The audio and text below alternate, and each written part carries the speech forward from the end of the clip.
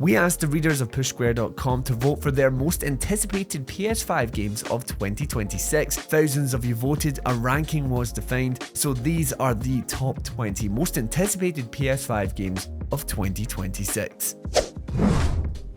Hello there everyone, it's Aiden here from Push Square, and I'm kicking off the list with Prince of Persia: The Sands of Time, which, if you didn't know, is getting a remake. Now, we've known that for quite a long time, but somehow it's just not out yet, and yet is really the operative word here. We'll get back into that.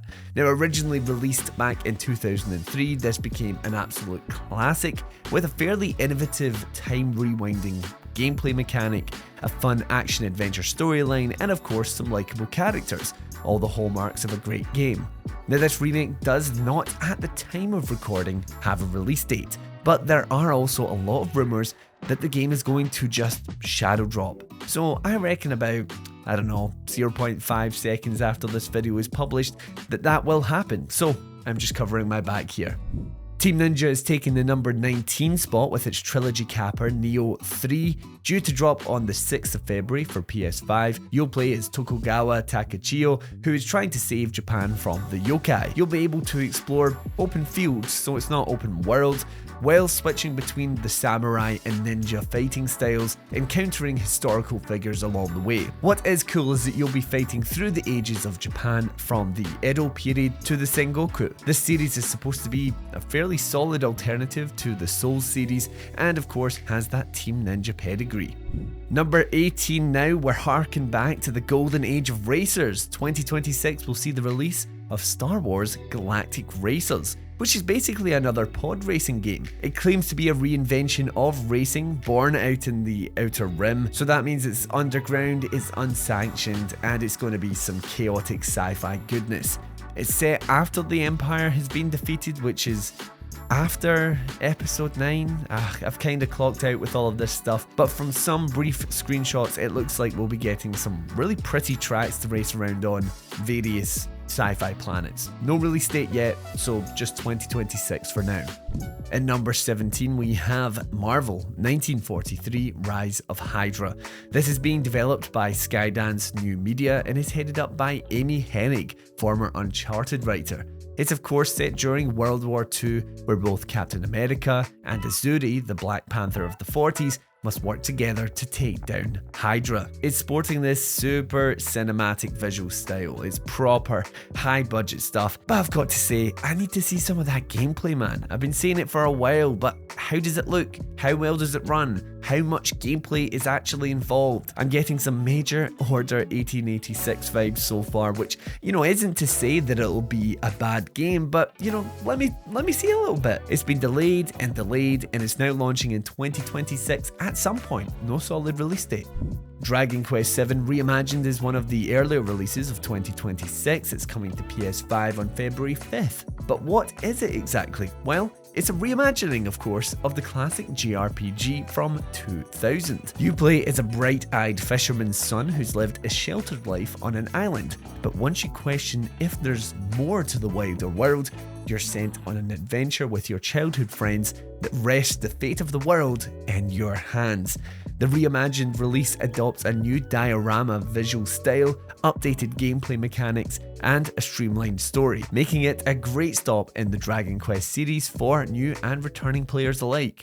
Can you believe it? Ace Combat is back with Ace Combat 8 Wings of Theve. This arcade-style dogfighting experience is delivering gorgeous visuals, a so-called dynamic, multi-layered cloudscape system to capture the magic of the living skies, and a full campaign mode complete with breathtaking first-person scenes so that you can dig into your pilot's story. What we're really here for though is that high-octane aerial action which Ace promises to deliver on.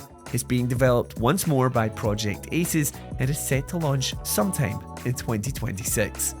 The Blood of Dawnwalker is a brand new single-player open-world dark fantasy RPG, lot of tags there, with a big focus on story and narrative. It's set in 14th century Europe during the Black Death, which vampires use as their opportunity to claim power, but they aren't the only mythical creatures of the night to do so.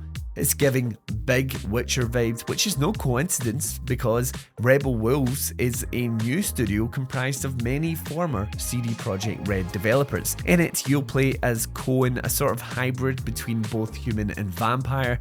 It's very open in its design, where you can go and tackle a boss in an area almost as soon as you walk into it, or you can take your time, get your stuff together, and then head in fully equipped. No firm date on this one, another one that's just 2026. Onimusa is back in 2026 with Onimusa Way of the Sword. This series debuted all the way back in 2001, so it's very interesting to see how's it evolved, how fresh does it feel now in the modern era. A warrior armed with the superhuman power of the Oni will explore early Edo period Kyoto, which has been twisted by malice and the encroaching Genma menace. Of course, we have some tough as nails combat, which will see you face all sorts of monstrosities from the underworld. You're gonna need lightning reaction times for this very soulsy combat, or maybe it's Onimusa combat because it's been around for longer. Either way, you're going to be hacking and slashing sometime in 2026. Lego Batman Legacy of the Dark Knight is basically taking the Arkham series and giving it the Lego spin. This one has combat, a semi-open Gotham to explore, and plenty of nods, jokes, Easter eggs, and more to uncover. The passion and love for our series is often obvious in these Lego games, but Legacy of the Dark Knight feels like it's taking things a step further. There's references to all of the different Batmen, so be sure to check them out when Lego Batman drops on May 29th. What if someone made an RPG so large it practically threw everything but the kitchen sink into it? Crimson Desert is a pretty tough RPG to define. It's open world, it's fantasy, you can engage in a spanning campaign involving warring factions, there's regular immersive side stuff to get into like fishing and hunting, and then there is the big fantasy stuff like dragons to kill and even conquer. It looks a bit mental and utterly enormous, but you know what? I'm all there for it. Crimson Desert is dropping on PS5 on the 19th of March, 2026. This is kinda nuts to say, but cracking the top 10 most anticipated PS5 games of 2026 is Halo Campaign Evolved. That's right. Halo is finally making its way to PS5 in the form of an Unreal Engine 5 remake. This is the first full campaign with flashy new graphics and even slight tweaks and updates to the gameplay, like a controversial run button. While this will include split-screen co-op, it will not include online multiplayer, so you're still going to need to check out the Master Chief Collection on Xbox or PC if you want to play online matches with your friends. Regardless though, if you somehow haven't played the original Halo, this will finally be your chance with top-of-the-line visuals. No specific date at the time of recording, so just 2026 for this one. Capcom is taking the number 9 spot by finally releasing Pragmata. This is a third-person sci-fi action-adventure where Hugh the Spacefarer is joining forces with a mysterious android girl called Diana to take out a nefarious AI that is assumed control over a lunar station. The combat is the real cool looking thing here in my opinion. It's got this kind of third-person shooter aspect as you take on various robots, but you're also going to be working through hacking mini games at the same time, making for a very unique feel to its combat. This one has been delayed and delayed again, but it's finally coming to PS5 on the 25th of April 2026. The next game from Housemarque is Saros, a roguelike set on the distant planet of Carcosa, where Arjun Devraj must uncover the mystery of a missing colony. If you've ever played the incredible Returnal, there's a lot to recognise here in the gameplay, with that top tier third-person bullet hell combat, which Housemarque is actually calling bullet ballet. Now Saros is switching up the roguelike genre a little bit with some permanent upgrades, and compared to Returnal, the story seems to be much more at the forefront. I adore the aesthetic as far as I've seen, but I'm keen to know how it evolves the Housemarque experience beyond what was offered in Returnal. Saros is the first big first-party exclusive of the year and will drop on April 30th. Remedy Entertainment's games are anything but formulaic. Control Resonant is the follow-up to 2019's Control, where instead of controlling Jessie Faden, we're taking control of her brother Dylan. With that comes a switch up of gun-based combat to melee-based combat, and we're actually taking a step out of the oldest house to hunt down your missing sister in a twisted take on New York. I wasn't as hot on Control as I was with Alan Wake 2, but I'm very keen for more Remedy. You know, the Remedy connected universe is very cool. Control Resonant is dropping sometime in 2026, no firm release date. Chinese developers are absolutely killing it these days with awesome looking AAA action games, and it's no different with S Games' Phantom Blade Zero. This looks like Black Myth Wukong on steroids with a far more in-depth combat system, at least from what we've seen. You have been framed for murder, you're hunted down by your former allies, and they actually kill you in action. But for, magical, mysterious reasons, you are back from the dead with just 66 days to uncover the conspiracy against you and clear your name. Phantom Blade Zero will drop on September 9th, 2026. We're cracking the top 5 now with Tomb Raider Legacy of Atlantis, which is the first step in a two-parter comeback. Now, Legacy of Atlantis, which currently only has a release window of 2026, is a reimagining of the first game, bringing with it, of course, these gorgeous visuals, reworked gameplay, and expansions to the core adventure. But it is also a precursor to a brand new Lara Croft game called Catalyst, which will launch in 2027. As someone that's never actually played the original, I'm really excited to see how much this is tapping back into that old school feel. I really like the reboot trilogy, but I like it when a game calls back to the OGs, and apparently so do the readers of Push Square, who voted this their 5th most anticipated game of the year. Resident Evil Requiem is my personal most anticipated of the year. This iconic horror series is moving away from its Ethan Winters era, now putting us in the boots of Grace Ashcroft and series icon Leon S. Kennedy.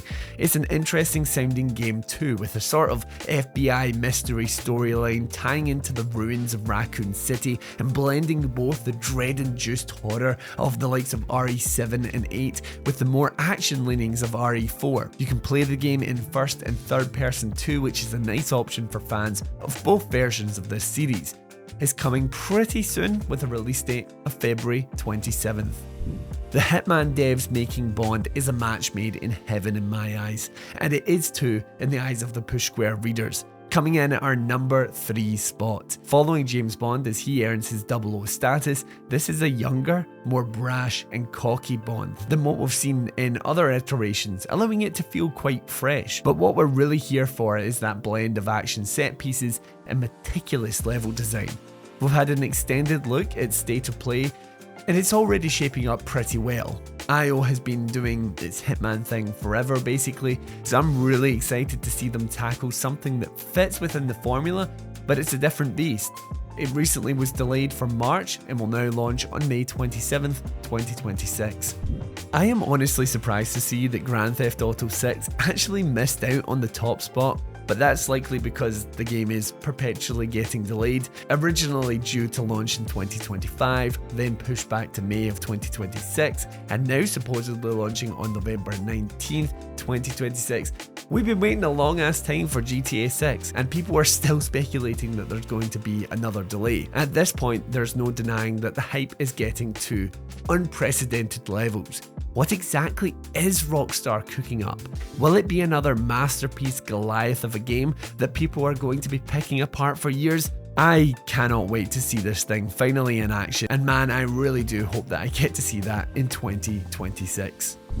The big PlayStation exclusive of the year, Wolverine, is the Push Square voted most anticipated game of 2026.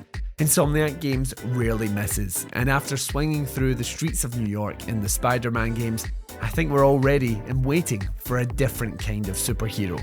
I personally want to see a bit more about this one, but there's no denying that with its ultra violence and Logan being in stark contrast to Peter Parker, we're all very keen to see how Insomniac mixes up the formula. This one is slotted in for fall of 2026, and the people clearly cannot wait.